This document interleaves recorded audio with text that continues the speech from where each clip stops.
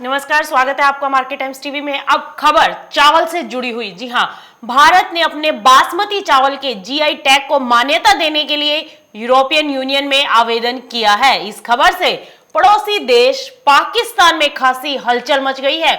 उनको डर है कि अगर भारत के बासमती को दुनिया भर में पहचान मिल गई तो उनका धंधा चौपट हो जाएगा।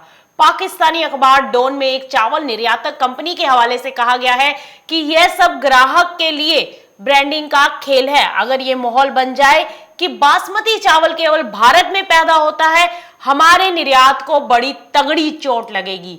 भारत के मुकाबले पाकिस्तान का बासमती चावल जबकि महंगा बिकता है, वहां टेक्सटाइल्स के बाद बासमती चावल का ही सबसे ज्यादा एक्सपोर्ट होता है।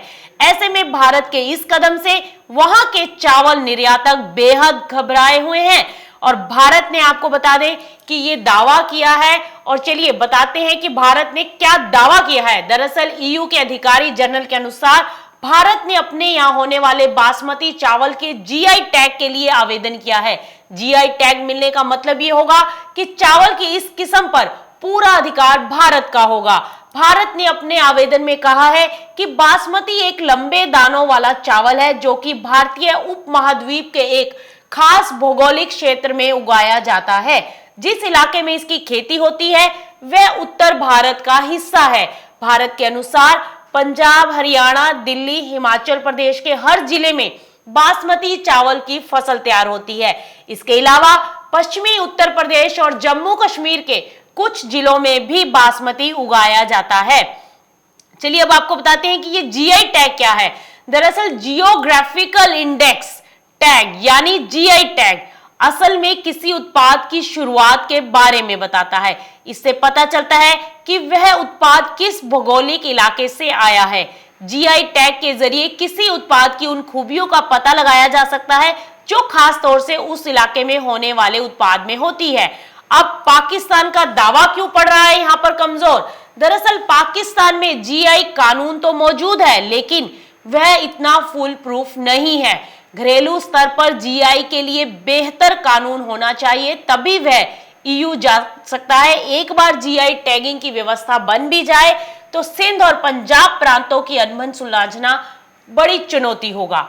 डॉन के सूत्रों के हवाले से पुष्टि की गई है कि सबसे ज्यादा चावल उगाने वाले इन दोनों राज्यों का राजनीतिक नेतृत्व एक दूसरे से 36 का आंकड़ा रखता है। कभी बासमती को लेकर साथ लड़े थे भारत और पाकिस्तान। जी हां, 2 दशक से भी ज्यादा पहले अमेरिका में पैदा होने वाले चावल को बासमती बताकर रजिस्टर कराने की कोशिश हुई थी। तब वर्ल्ड ट्रेड ऑर्गेनाइजेशन में भारत और पाकिस्तान ने मिलकर अमेरिकी पेटेंट का विरोध किया था। दोनों देश जीत गए और फिर दोनों ही जगह जीआई कानून बनाने की शुरुआत हुई। साल 2010 में भारत के 7 राज्यों में उगने वाले बासमती चावल को जीआई टैग मिला। मध्य प्रदेश को इससे अलग रखा गया क्योंकि भारत को लगता है कि इससे विदेश में उसका दावा कमजोर पड़ सकता है। अब तक अंतर्राष्ट्रीय अदालतों में बासमती चावल को लेकर भारत और पाकिस्तान आमने सामने नहीं थे, मगर ताजा घटनाक्रम ने दोनों देशों को फिर एक दूसरे के खिलाफ खड़ा कर दिया है। अब अगर भारत जीत जाता है तो पाकिस्तान की हालत खराब हो सकती है। पहले से ही बेहद खराब अर्थव्यवस्था से जूझ रहा पाकिस्तान अगर ईयू में दावा हार जाता है तो उसके लिए बड़ी परेशानी खड़ी हो जाएगी। यूरोप को वह हर साल करीब $0.5 बिलियन का चावल एक्सपोर्ट करता है, इस पर तगड़ा असर होगा। इसके अलावा मिडिल ईस्ट के बाजारों में भी पाकिस्तानी बासमती चावल की मांग घटने का पूरा अंदेशा है। तो अब तक चावल से जुड़ी हुई ये बड़ी खबर निकल कर आ रही थी कि बासमती चावल को लेकर भारत ने जीआई टैग को मान्यता देने के लिए यूरोपियन यूनियन से आवेदन कर दिया है और इसको लेकर पाकिस्तान तिल मिला उठा है। बहरहाल इस खबर में इतना ही। आप बने रहिए मार्केट टाइम्स टीवी के साथ, क्योंकि खबरों का सिलसिला लगातार जारी है।